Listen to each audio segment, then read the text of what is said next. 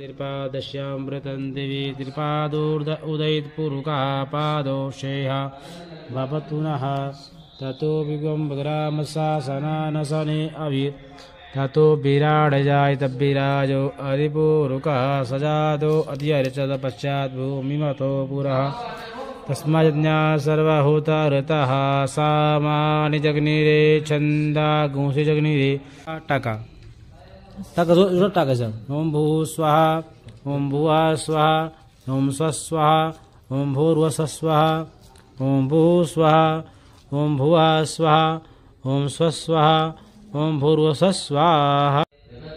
ओम नमः शिवाय। सांगा आपले पूजा आपण जे केली आहात ते कशी आणि कुठं केली, तुम्हाला पूजा कशी वाटली एवढं आपल्या लोकांना सांगा। माझी पूजा छान केली, सर्व देवांची पूजा व्यवस्थित झाली।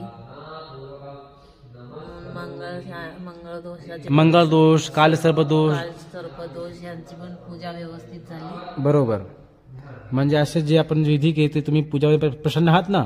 बरोबर, ठीक आहे। असेच आपण जे कर्म केले इकडं आपलं नाव काय होतं? रेणुका नावाने आपले यजमान आले होते सोलावरून, त्यांची आपण ही इकडे पूजा संपन्न केली। मंगळदोष कालसर्पदोष तसेच आपले तशी जे काही शांती आहे ते त्र्यंबकेला यावा आणि आपले जे दोष आहेत ते काढून पूजा करावी। ओम नमः शिवाय।